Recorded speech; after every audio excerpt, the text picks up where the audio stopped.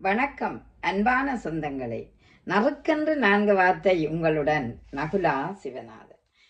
இன்று நாங்கள் எடுத்திருக்கிற விடயம் இந்த பெண்கள் சம்பந்தமான பிரச்சனை. அதாவது பெண்கள் இன்றைய சமுதாயத்தில் பாதிக்கப்படுற பிரச்சனை என்ன, பெண்களுக்கான என்ன பிரச்சனை இன்று தலை தூக்கி இருக்கின்றது என்றதை பார்க்க போகிறோம். பெண்கள் என்ற உடனே உங்களுக்கு தெரியும், பெண்கள் என்றால் நாட்டின் கண்கள் என்று சொல்லுவார்கள். பெண்கள் பூவியர், அதாவது பூக்கள் எப்படி அழகாக இருக்கிறதோ அப்படி பெண்கள் அழகாக இருப்பவர்கள். இல்லத்து அரிசிகள், இல்லத்து குலவிளக்குகள் பெண்கள். அப்படியான பெண்கள் என்ன பாதிப்புக்கு உள்ளாகிறார்கள்? உதாரணமாக எடுத்தோம்னா உடல் உளம் மன பிரச்சனைகள் ஒரு பெண்களுக்கு இருக்கிறது. குடும்ப பிரச்சனைகள் பெண்களுக்கு அமைவதுண்டு. அதே நேரம் இந்த உடல் ரீதியான பிரச்சனையை நான் இங்கே கதைக்கு ஓடும் போல எனக்கு இருக்கு. ஏன்னு கேட்டால் உடல் ரீதியான பிரச்சனை பெண்களுக்கு நிறைய இருக்குது. என்றால் சுவர் இருந்தால் தானே சித்திரம் பெறையலாம். எங்களோட உடல் நல்லதாக இருந்தால் தானே நாங்கள் மன வலிமை பெற்று வாழலாம். ஆகவே உடல் ரீதியான பிரச்சனைக்கு முதல் இந்த தைராய்டு பிரச்சனை நிறைய பேருக்கு இருக்கிறது நாங்கள் பார்க்குறோம். அதையெல்லாம் நீங்கள் தீர்வு காண வேணும். சிலருக்கு அப்படி பிரச்சனை இருந்தால் டாக்டரிடம் காட்டி அதற்கான ஒரு தீர்வு, அதற்கான மருந்துகளை பெற்றுக்கொண்டு வாழலாம். அதுபோல் சுகர், அதாவது டயபெட்டிஸ் இருந்தாலும் அதுக்கேற்ற நிலைகளை நீங்கள் வாழக்கூடிய வாய்ப்பு வரும். இனி குடும்ப அமைப்பு எடுப்போம். சில நேரம் குடும்பத்தில் ஒத்துழைப்பு இல்லாததனால் பெண்கள் கஷ்டப்படுற சூழல் இருக்கின்றது.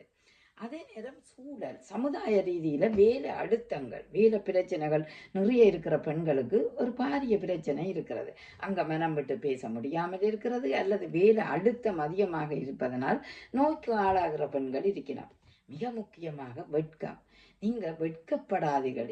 சில இடங்களில் நீங்கள் உங்களோட கருத்தை நிலைநாட்ட வேண்டுமென்றால் வெட்கப்படாமல் சொல்லுங்கள். எத்தனையோ பெண்கள் வெட்கத்தால் கணவருக்கு அல்லது பிள்ளைகளுக்கோ சில விடயங்களை சொல்ல முடியாத துர்ப்பாக்கிய நிலையால் அவர்கள் நோய்க்கு கூட ஆளாகின்றார்கள். ஆகவே கவனமாக இருக்கணும். உங்களோட பிரச்சனைக்கு தீர்வு வரும், ஆனால் நீங்கள் எடுத்து சொல்ல வேணும். அடுத்தது ஆசை, பேராசை. இவையெல்லாம் அளவாக இருந்தால் வாழ்க்கை வளமாக இருக்குந்தானே. ஆகவே நீங்கள் அந்த ஆசைகளையும் அதிக அளவில் எடுத்துக்கொள்ளாதீர்கள். அந்த அளவுக்கு மீறிய எந்த செயலும் அமிர்தமாக இருக்கக்கூடிய நிலை, அளவுக்கு மிஞ்ச அமிர்தம் நஞ்சாக இருக்கக்கூடிய நிலை உங்களுக்கு வந்துவிடும். அடுத்தது இப்போ எப்படி பார்க்குறோம்னா, ஒரு குழந்தையை உருவாக்கி ஆளாக்குறவள் பெண். அது உங்களிடம் தான் இயற்கை தந்த வரம். நீங்கள் குழந்தைகள் இயற்கையாக பிறந்தவர்கள், இயற்கை தந்த வரம் அது நீங்கள் தான்.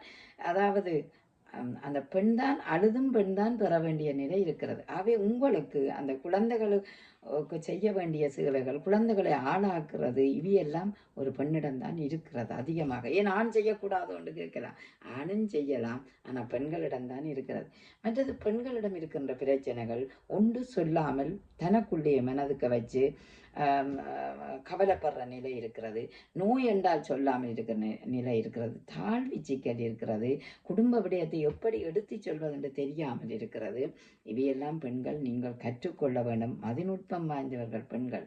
நீங்கள் இவற்றை கற்றுக்கொண்டு நான் மற்றவர்களுக்கும், அதாவது குடும்ப உறவுகளுக்கும் தெரியப்படுத்தி சிலதை வாழ்ந்தேன் என்றால் நான் மகிழ்ச்சியாக இருப்பேன். ஒரு பெண் மகிழ்ச்சியாக வாழ வேண்டும். மகிழ்ச்சிக்கு காரணம் என்ன? மகிழ்ச்சிக்கு காரணம் இந்த உளம் நல்லதாக இருந்தால் தான் மகிழ்ச்சி வரும். தியானம், இற வழிபாடு, விளையாட்டு, நடப்பயிற்சி, இவை போன்றவற்றை நீங்கள் செய்து பாருங்கள். உங்கள் உடல் ஆரோக்கியமாக இருந்தால் மனமும் ஆரோக்கியமாக இருக்கும். அவை பிரச்சனைகள் வரும், அதற்கு தீர்வு காண வேணும். அந்த பிரச்சனையை சீர்தூக்கி பாருங்கள். என்ன பிரச்சனை உங்களுக்கு இருக்கிறது, அந்த பிரச்சனைக்கு ஒரு வழி இருக்கிறது. எப்படி ஒரு பூட்டுக்கு திறப்பு இருக்கிறதோ அதுபோல உங்கள் குடும்பத்தில் உங்களுக்கு வர பிரச்சனைக்கும் ஒரு தீர்வு இருக்கிறது. எனவே பெண்கள் பிரச்சனை என்று இருக்காமல் பிரச்சனைக்கு தீர்வு கண்டு வாழுங்கள். விழிப்புணர்வாக வாழுங்கள். நல்ல பெண்களாக வாழுங்கள். வல்ல பெண்களாக வாழுங்கள். நன்றி, வணக்கம்.